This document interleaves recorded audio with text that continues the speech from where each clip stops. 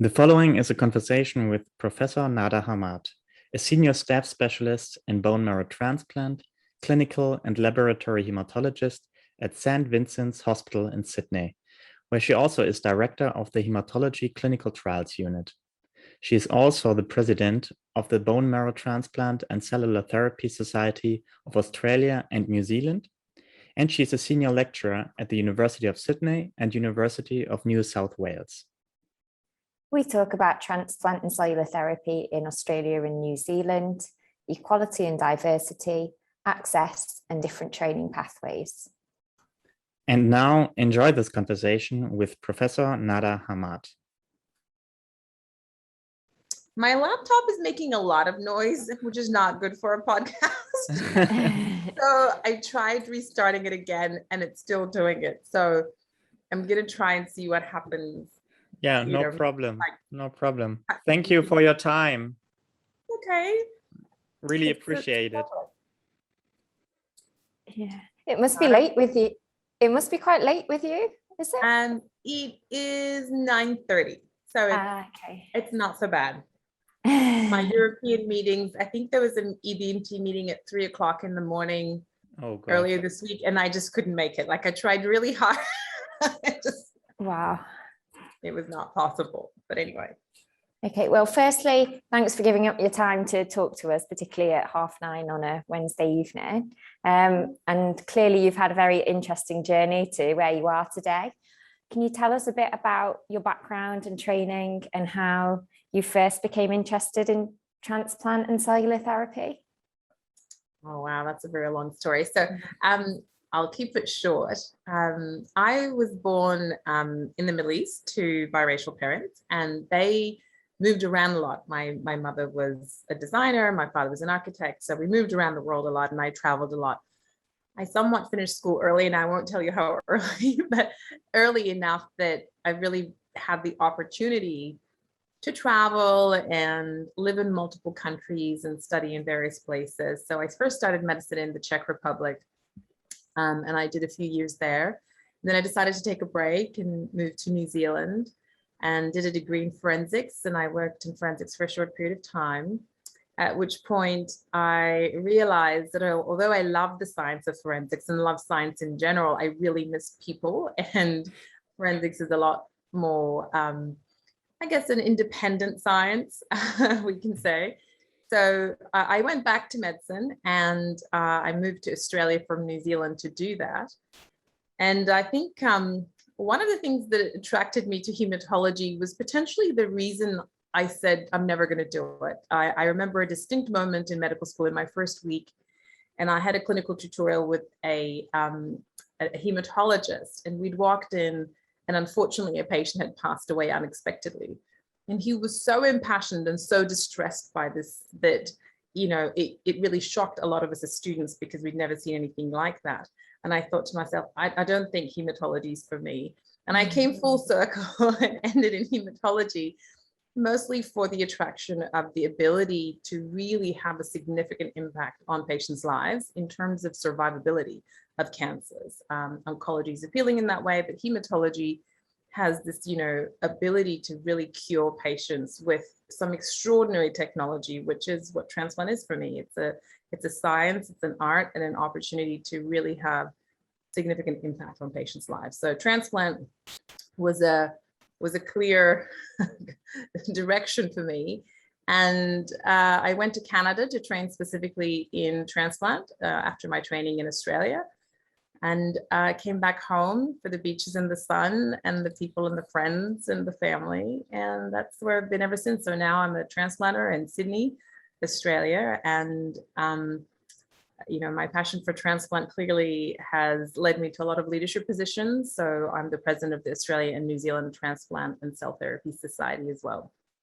And why did you go to Canada for training in BMT? Why didn't you stay in Australia or go to New Zealand? Australia and New Zealand are geographically quite large, and so we have a public health system that covers local care more than centralized care. So there's multiple smaller transplant centers. So there's 11 allogeneic stem cell transplant centers in Australia and New Zealand. There's only 3 in New Zealand and the rest are in Australia. And there's, a few more now that are doing smaller numbers of transplant billing, but in general, most centers don't do really high volume transplants. And we haven't had dedicated transplant fellowships, and that's not a standard training scheme. So most people go overseas to high volume centers where there are established fellowship programs. So I went to Canada to Princess Margaret Hospital, which has a bone marrow transplant fellowship under the University of Toronto. And it's a fantastic program, and it was an opportunity to really sink my teeth in and get some really good training and good exposure to a high volume center. And let me just ask another question. Maybe I hope it's not too personal, but I didn't get, why did you go to Czech Republic? And then, because it's in a really odd like direction from one place to another. What was the reason? The only person who's ever asked me why the Czech Republic, because it was to some extent on a whim, and it's not too personal in the sense that I'd lived in the UK at the time, and I was actually on holiday in the Czech Republic. I was in Prague with my family, and there's a very big difference between London and Prague. in that, they're very different cities. And I was enamored by it. I remember being on a tour bus where they talked about Charles University being one of the first medical schools in Europe. It's a beautiful place, beautiful city. I inquired, I got in, and I thought, why not? So I learned a new language, lived in a new city. It was an extraordinary experience. And I think my love of travel and my love of moving from one place to the next really comes from my background and my family and my parents. We've lived all over the world before then. So it wasn't really a challenge for me to move or to consider learning a new language. And Czech was interesting and challenging because I before then spoke Arabic and English and French, and it was intriguing. So I moved. So you can actually speak Czech? Yes, very badly now. Wow. Because it's been a long time. Wow. Okay. Impressive. You've probably alluded to some of them in what you've said about rural areas and few centres and things. But what for you are the main challenges to working in transplant in Australia and New Zealand? I wouldn't say that challenges in transplantation in Australia and New Zealand are unique to Australia and New Zealand. Most of them are the usual clinical challenges we face.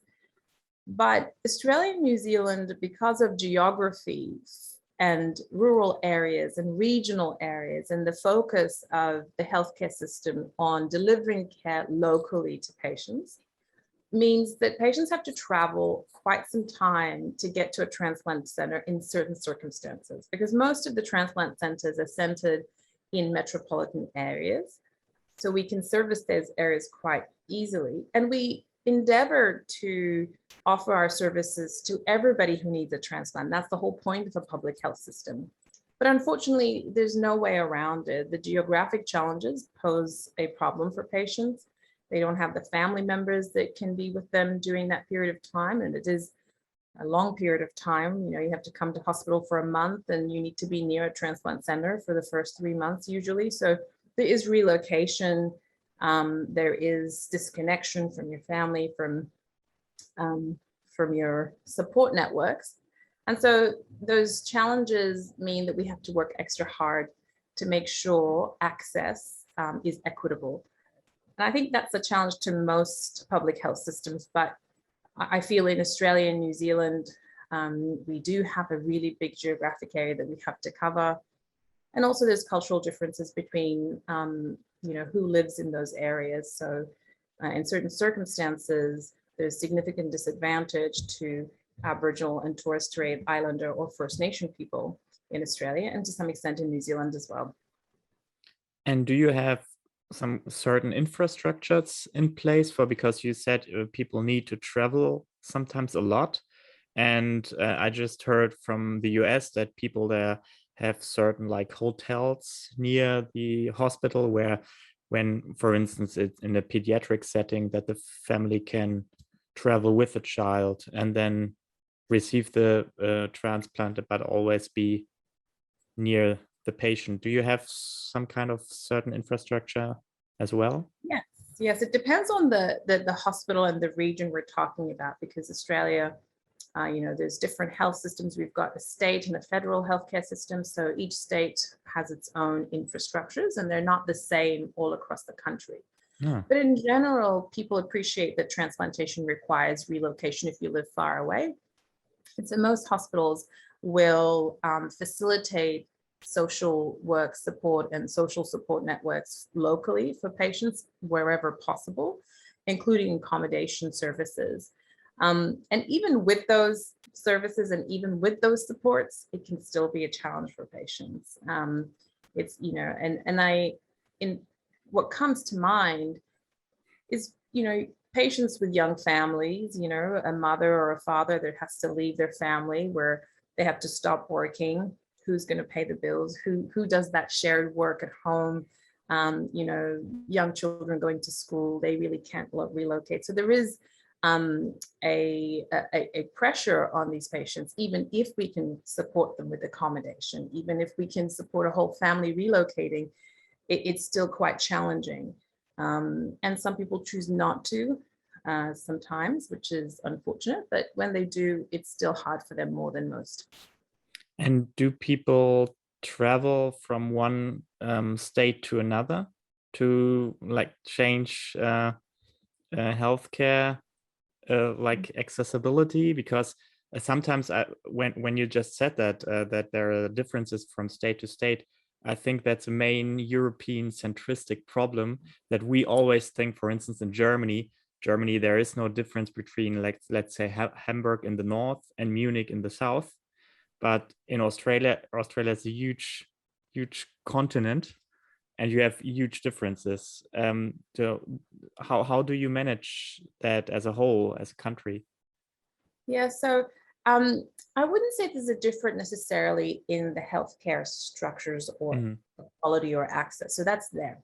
But you're right, it's a very big country. So in some circumstances where there's a border and there's an equipoise between the distance, if you go north to your border or south to your border, there is a level of agreement between states that sometimes it's closer to cross one border than it is to come to the center that's much south of the border. And the area that I'm thinking of in Australia is in very north New South Wales, where to get to a Sydney centre is much further than going to your nearest Queensland centre, which is just north. So sometimes it is clear that it's more advantageous for a patient to cross a border, and we negotiate that between the states. There is agreements that facilitate that. COVID has been certainly a challenge to that collegiality and that harmony between states, because in an attempt to control COVID community transmission, we locked external international borders, but also internal borders depending on community transmission in each state. So some states didn't have as much community transmission as others, and so they closed their borders to each other. And when that happened, there was a challenge between how do we navigate this for patients? If you have a donor in Queensland, how do you get them to New South Wales for their sibling, and vice versa? Or if we had patients who needed to go to Queensland, where before they could easily do that, they couldn't anymore because there was a closed border. So we had to quickly come up with systems to create exemptions for healthcare needs. And all of a sudden, transplant doctors were writing letters about what transplant is and why people needed to cross the border and for how long, and why did they need to keep going back and forth, and why did their family need to go. So these are things we didn't have to do before, but COVID really highlighted when this system that's been going on for ages, invisibly, we didn't even really feel it, all of a sudden became very clear and had to be delineated. We actually had to write it down. That was an interesting experience. And certainly CAR T-cell therapy is even more challenging because it's a novel technology. It's not available in every center, or at least in every state, like allogeneic bone marrow transplant. And so when we started commercial CAR T-cell delivery to patients in Australia, there were a handful of centers, and they were not in every state. So people did have to go from one state to the other to access it.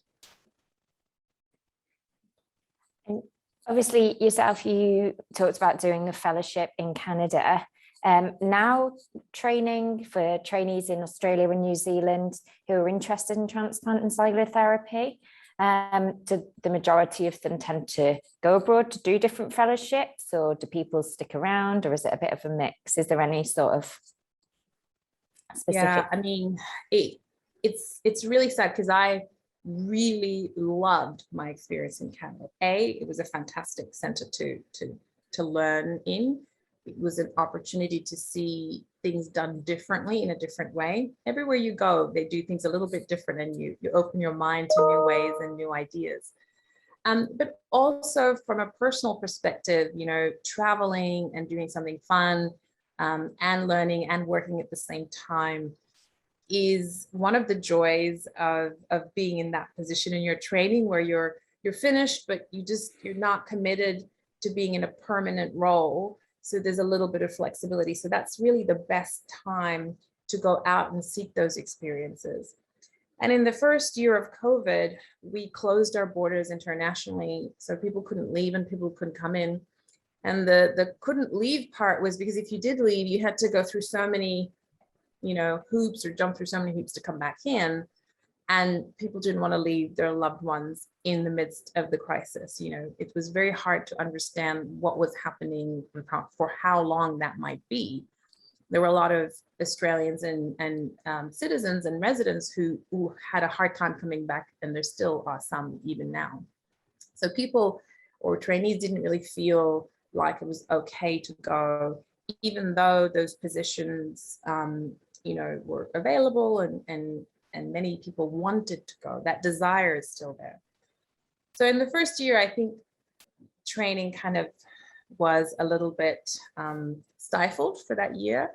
And as president of the Australian New Zealand Transplant Cell Therapy Society, I'm always concerned about training and education. It's one of our major goals, is to facilitate and promote training and interest in transplant, because for some reason, you know, I feel that interest is not always there. Trainees find it perhaps a little bit intimidating or complex.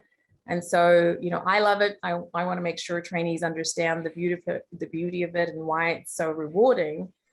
So we created scholarships for the EBMT school, which was you know, it wasn't very much, but it was a way to kind of illustrate that you can access education through EBMT and through the American Society of Transplant and Cell Therapies. There were many avenues to foster that interest and to get a little bit of training while the pandemic was going on. And the second thing is promoting fellowships in Australia and New Zealand. So fellowships are not that common because we're funded in Australia through the public health system for training positions, and fellowship positions are not discrete training positions. So they're usually, you know, funded by the hospital itself or through philanthropy. And so there's not that many of them around. So trying to, you know, promote fellowships coming through, we actually, during the crisis, added 2 more BMT and cell therapy fellowships nationally in that 1 year. So they started coming up.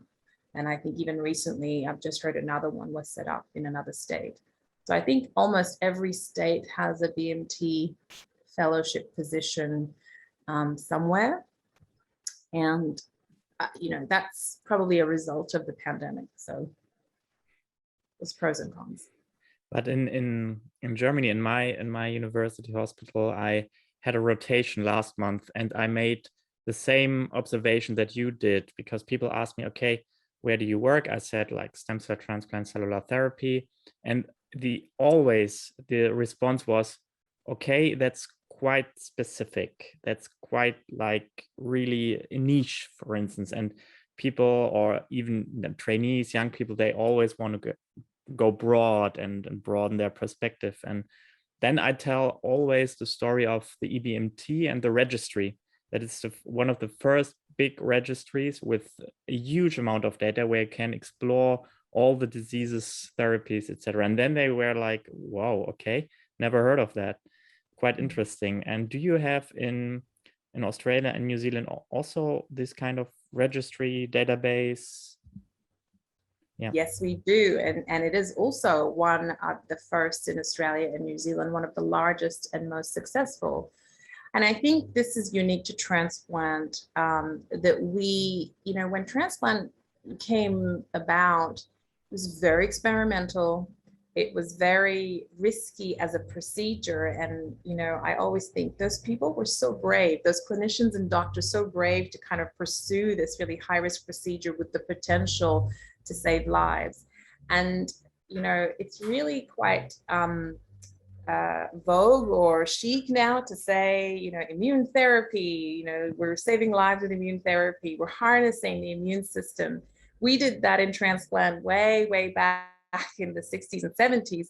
And I think people forget that transplant is not necessarily a subspecialty in hematology. It's a tool in hematology. We harnessed the immune system really early on in a scientific way and applied it for curative intent to cure multiple hematological cancers. And in fact, it's probably the treatment modality that has the greatest potential for cure for the greatest number of patients.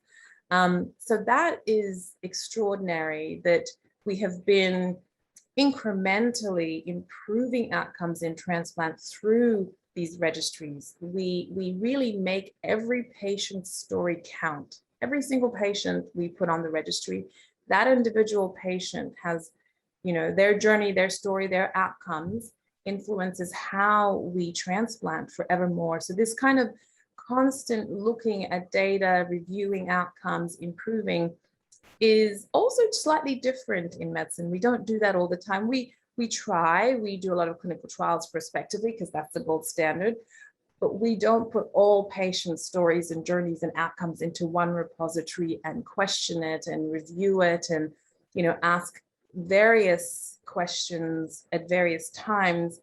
Even though the transplant was done in 1970 or 1980 or even 1990, we still get information out of that. And that's fantastic. The power of big data was harnessed in transplant even before big data was such a big deal and so interesting. And I always say to people that transplant is for those early adopters, for those trailblazers who want to, create a path in a career in medicine and hematology. So it's a philosophical, I guess, way of looking at it, but scientifically very rewarding to be able to access so much data so quickly through registries. Definitely. And thinking about clinical trials, obviously you're heavily involved with clinical trials yourself.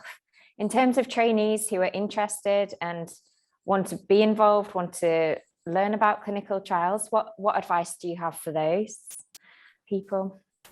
I think, clinical trials is something that people really put high on a pedestal, that's the holy grail of science and research, which it is, because it has the capacity to really answer one specific question with a lot of clarity, or as much clarity as we can get in medicine and in science. But if you're interested in that kind of research, you really have to learn how to conduct research. And you could get opportunities to participate in those clinical trials depending on where you are. So if you're in centers where there's lots of clinical trial activity and you find a mentor who's going to take you through it and support you and let you, so to speak, get your training very quickly in an environment that's supported, that's great. But if you don't have access to that, don't lose that drive to conduct research, and conduct research in whatever capacity that you have, wherever you are. So my advice to trainees is a couple of things. Find a good mentor who also has an interest in research. Make it known that you have an interest in research, and do whatever it is that you can wherever you are. So, most people look forward to try and go somewhere or do something big somewhere else, but they often forget that where they are, there is capacity to do very good clinical research and work. And some of my favorite projects are from, my junior medical students who just really want to do research and find a unique set of patients, either do a case series or a case report and develop a research question beyond that. So you can start small wherever it is that you are, and don't let that limitation that clinical trial is the only way you can answer a question stop you from pursuing that curiosity and that interest in research. I think that curiosity for learning and for research, if you have it, it's not only rare, but it really should be nourished and encouraged. So you can do that for yourself, but certainly pursue mentors and supervisors who have that interest as well to help you nurture that. And you said you had really early contact to hematology and transplantation, but in general, how does the BMT and cellular therapy training work in Australia and New Zealand? Is there a certain path? So bone marrow transplant and cell therapies are covered within hematology, and not all centers have allotransplant or cell therapies, but they would all have hematological cancers as part of the training program. So you do rotations in different hospitals and different areas depending on where your training is or where your training program is run. So you may come into contact with transplant as part of a team that works in a center with transplant, or you may be a part of a team that refers to transplant centers. Most hematological malignancy centers will have to refer somewhere else.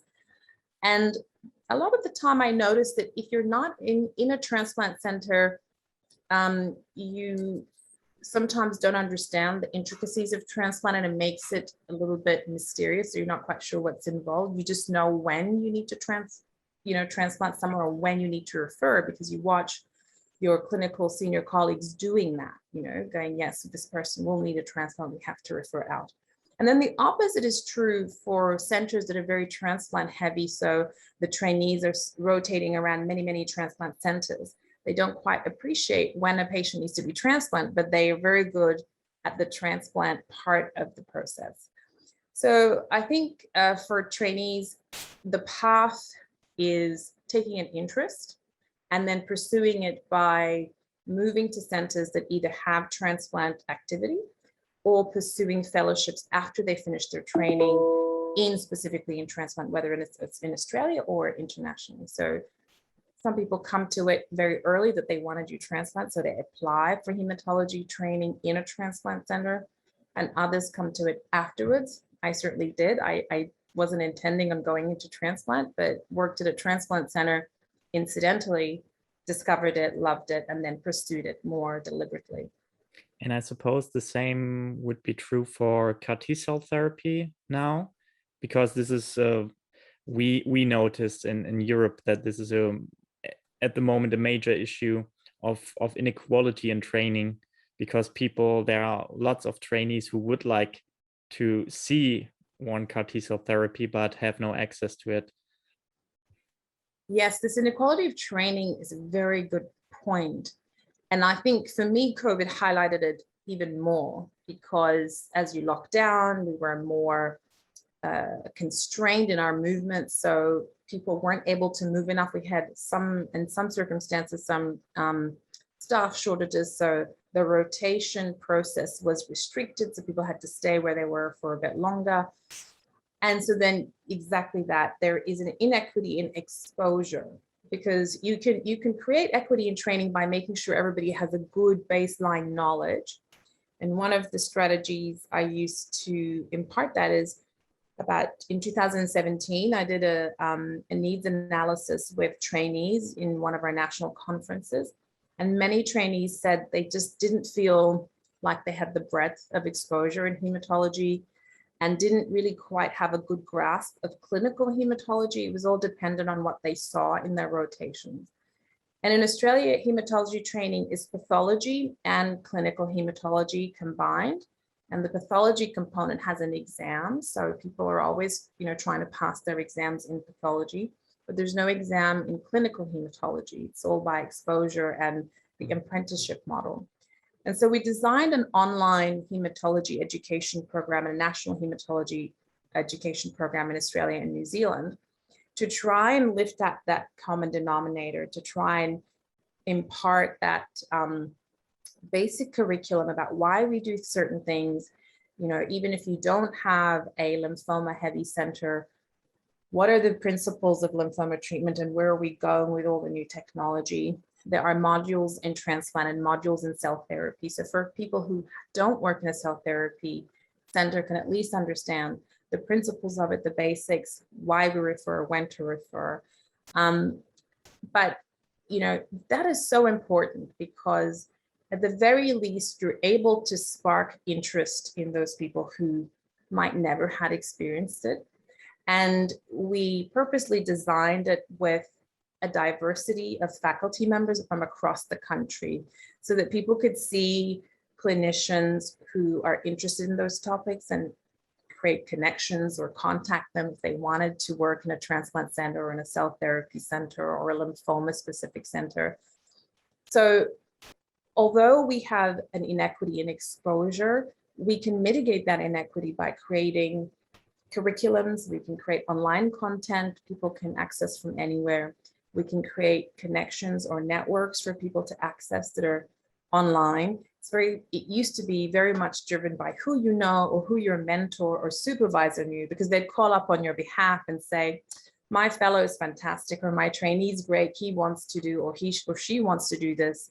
Can you please, you know, consider them for a position? And I think that's great, but not everybody has access to that. So opening up those processes, making them more transparent, allowing people to access that information more freely, probably will improve that inequity more than anything else. It's impossible to make it exactly equal because no center is equal. And from a pediatric point of view, so it sounds very much like the combined clinical and pathology side is in Australia is similar to what we have here in the UK. But for people out in Australia and New Zealand who go into pediatric haematology, do they tend to be like people who've gone into haematology first as adult trainees and then branched out into pediatrics, or is it people just doing a bit of both, or do you have people from the pediatric setting come into haematology training with the intention of being a pediatric haematologist at the end? Yes, I think it's a mixed bag.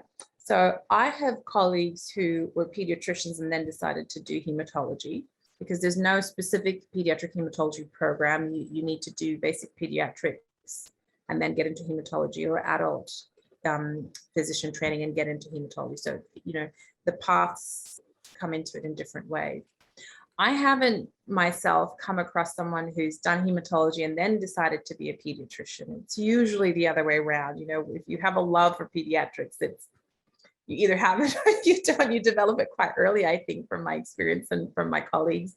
But what I do think is that pediatric trainees who go into hematology are extraordinary because they have the advantage of dealing with a very diverse population of patients and people.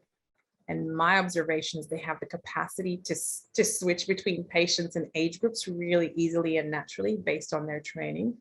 And then they come into hematology, which is a predominantly adult setting. They also do pathology. And by the end of it, they're just so diverse in the way they think and the way they do things. You know, some of my most favorite people in the world are pediatric hematologists. And I noticed this in them a lot, that they're so good at problem solving for different settings, especially when there's, you know, complex issues in a patient context. So yeah, I think it's an interesting path to take and not a common path that's trodden.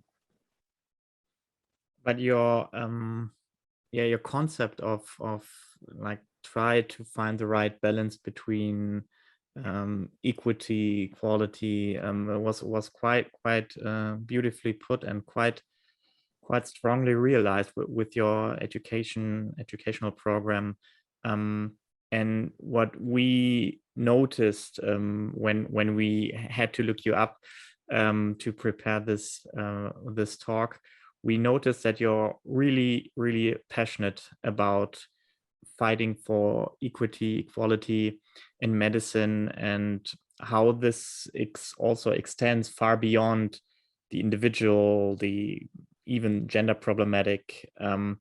But what advice would you give to trainees about this, right, really increasingly relevant issue nowadays?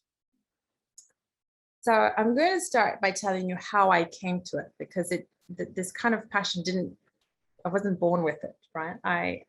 As I told you, I've traveled a lot. I'm multilingual. I've lived a lot of places, and it never really occurred to me it was a major issue. You know, I was young, I was free, I was doing all sorts of things that I enjoyed, and never really felt any constraints.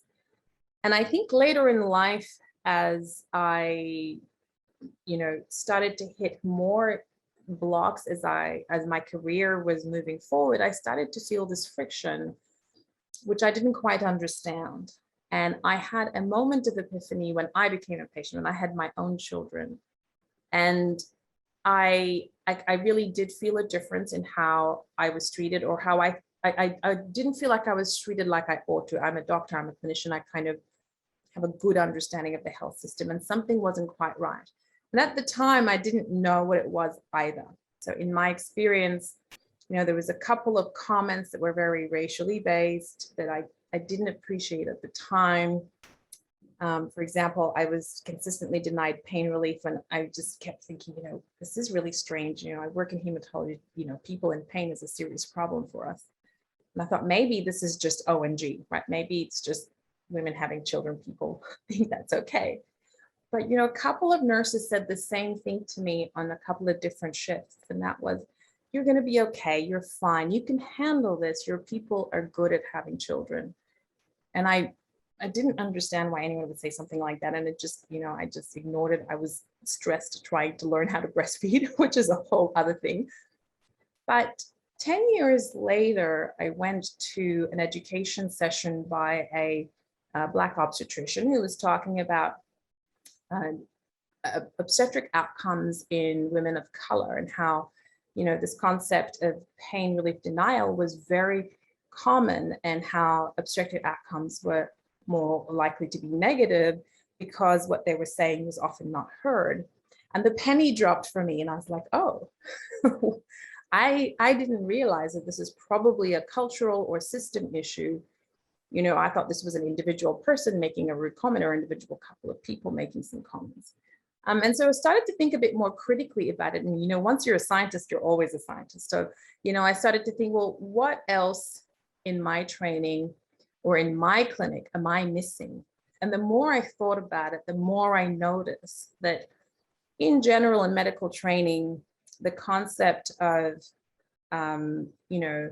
applying a certain language or a way of dealing with someone based on their own background isn't quite there yet. It's there in pediatrics to some extent, because you pitch how you speak to a patient depending on their age, you change the doses of medications based on their age, but we don't really do that in adult medicine in general. And I started looking into this a bit more and learning more about feminism, learning more about intersectionality and what that means. And just to keep it short, intersectionality is essentially considering that there are different various forms of privilege in our community and our society. And they can be gender, they could be race, they could be an accent, they can just be where you live. And all of those things combined can create all sorts of different biases and obstacles in a person's life or a patient's life. And I think that applies in medicine also. I think that's for sure true. And the more you think about it, the more it becomes obvious. The patient who comes into a hospital with a wheelchair, who can't access the toilet, if they're waiting in your waiting area for 3 hours, as opposed to a patient who can just get up and walk and go somewhere else, that is a difference that is clinically relevant and meaningful in many situations. We're not attuned to that. And I thought, as clinicians, we're very good at learning new skills. So being able to learn how to apply different strategies for individual patients is when it's in our wheelhouse. We just have to be willing to learn it.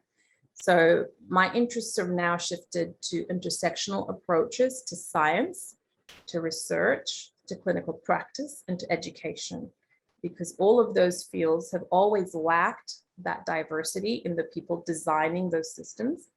And the more you think about it, the more likely you will find deficiencies for particular groups of people. And as doctors, we want to do the best that we can for everybody, especially the most vulnerable.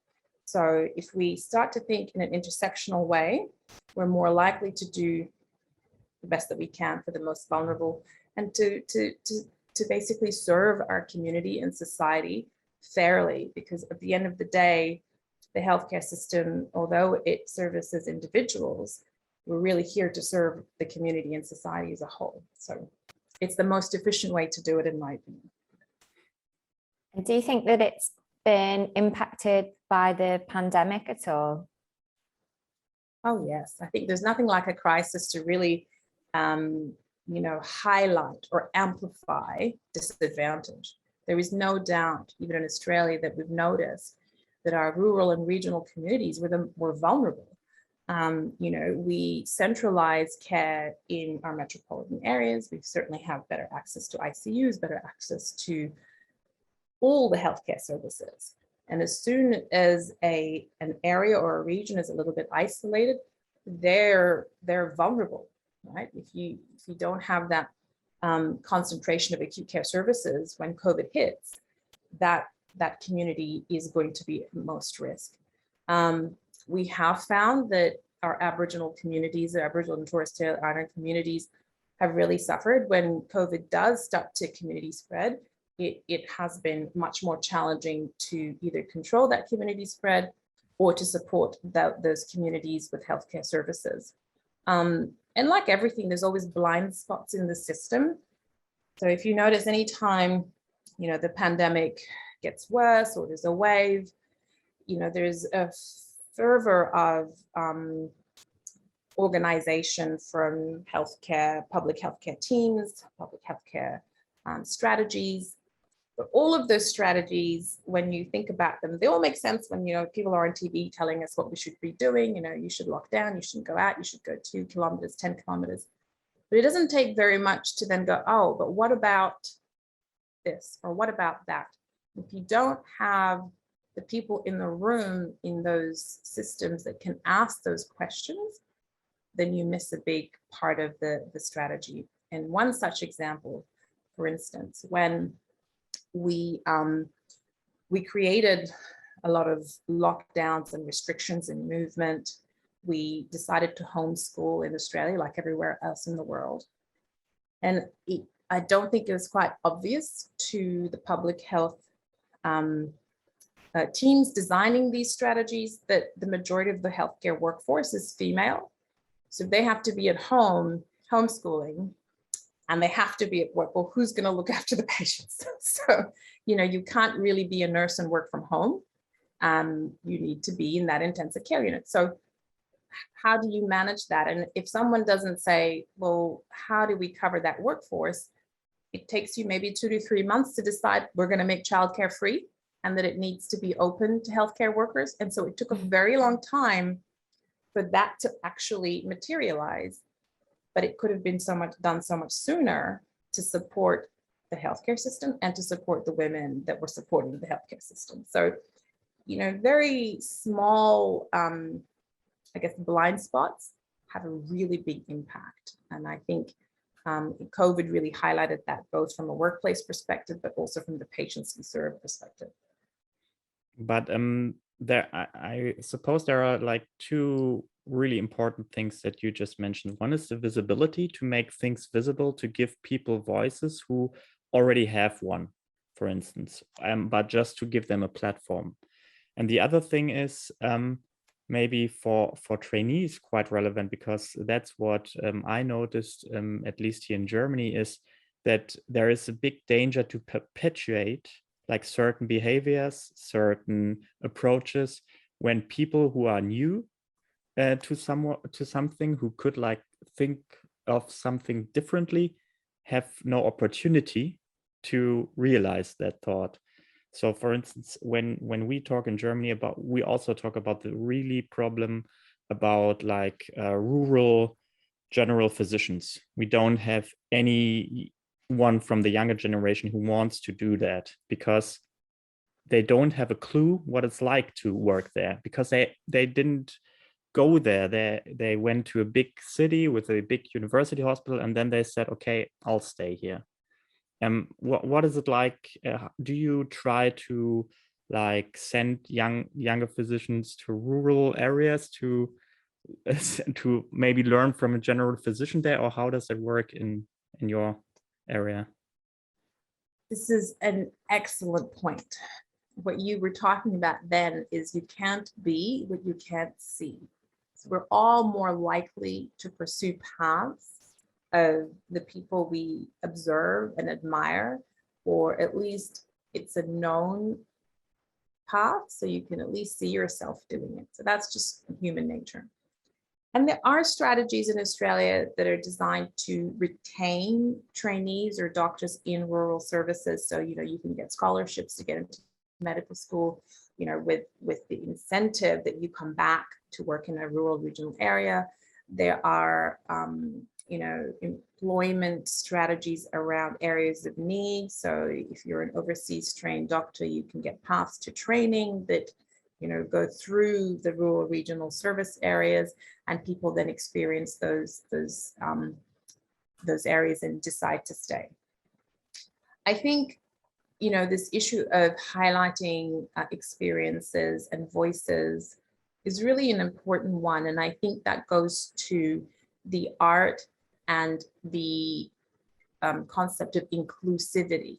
So when we talk about EDI, equity, diversity, inclusion, we tend to think about disadvantaged groups because we want to focus or shed a light on those lived experiences, so we understand more about these marginalized or more disadvantaged groups. However, inclusivity, I think, is a deliberate practice, and it's not necessarily just around disadvantaged groups. You get better results, you get more innovative results and ideas, the more inclusive you are in anything you do. So, the more inclusive you are in the people you include in your circles, whether it's friends, whether it's colleagues, whether it's disciplines, in haematology in the workplace, or it is a diversity of ideas. So including in your worldview or your experiences, diverse experiences. So I often say to trainees, think of the thing that you just never thought of and do that. Do a little bit of that. Go to the place you didn't think you would. And it's hard because I can attest to the fact that it's hard going somewhere else to do something else you've never experienced before. And one of the things that I reflect on that I was very privileged to have experienced is that I traveled a lot when I was younger. And my parents moved around a lot. So it was never really that hard a leap for me to do new things and go new places. But that's not the same for everybody. So some people just, live in the one town, they go to school there and they, do their training there and they stay there, they live there, they have a really beautiful family or a support network. And so there's no incentive to move. So generating these incentives for new experiences is really important. So when we're designing training programs, it's important to create different opportunities. Public practice, private practice, rural practice, regional rotations, create at least the opportunity for people to pursue that interest if they have it. You can't make people do things, but you can at least entice them, give them reasons to diversify their experience and encourage it. But it's really important to encourage it. And a lot of trainees call me to say, look, I'm thinking about doing an international fellowship, but I've got kids and I've got a family and it sounds really hard. The paperwork is a lot. And I say, actually, it is hard. I mean, I moved to Canada with a 4-month-old baby, suitcases and my husband and, finding apartments and fridges and things to pursue a passion and a new experience. But it's extremely rewarding. And that experience of doing something new actually does something to your brain. It allows you to not be so afraid of new things. And there's nothing better than that, because it allows you to be resilient. It's good for you. It's good for your family. It's good for your patients. It's good for everyone to try and think about things in a new way. You hear people's experiences differently when you have that capacity to think in different ways. So encouraging new experiences, encouraging rural regional practice is really, really important. And at the end, what do you think are the main goals for you in your work, in your clinical work, in your personal work, or even as the president of the Australian-New Zealand Society for Transplant and Cellular Therapy?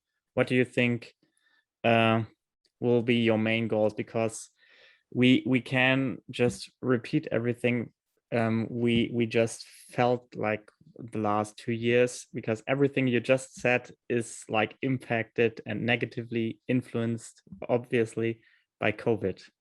Isn't that so? So it's Yes, quite frustrating. I think I've come full circle, because it's been a couple of years now, and I don't know anyone who hasn't felt that COVID dampening of mood, of spirit, of everything. And I think it's really important to be in a mindset of growth and learning. We're honestly here on this earth, all we can do is evolve, learn, and grow. And if you have that mindset, there's opportunities in every negative experience, in every crisis. And COVID has done one thing, at the very least for me, which is, before COVID, I would fight really hard. Maybe we can make our workplace more gender friendly. Maybe we can have meetings at different times. Maybe we can change services a little bit. And it's really hard to go up that battle where everybody says, no, we've always done it this way. It's impossible. Changes, it's just impossible. And within no time at all, when COVID hit, everything could be virtual. Everybody knew how to learn how to use virtual. Nobody complained. I'd rather not have to go outside. I'm happy to do Zoom. I will learn it. So this experience for me is my argument for every change now. You say we can't change. Well, we did things pretty fast when there was a good reason to change. And if you don't want to change, chances are it's because you don't think that reason is good enough. So from an advocacy point of view, it's, for me, I just highlight, why isn't this good enough for you? Why isn't it important to promote gender equity, to promote fairness, to promote better services, to promote access, to promote safety? If you thought it was important, you would change, because we know we can change. There is undeniable proof. The whole world did the same thing at a drop of a hat. So that experience in my mind shines, because it helps me keep a positive outlook. Some of the good things that came out of COVID were, for example, the online training program that all of a sudden became very valuable for people. The connection that we made with international colleagues, because they were more than happy to do things by Zoom now, right?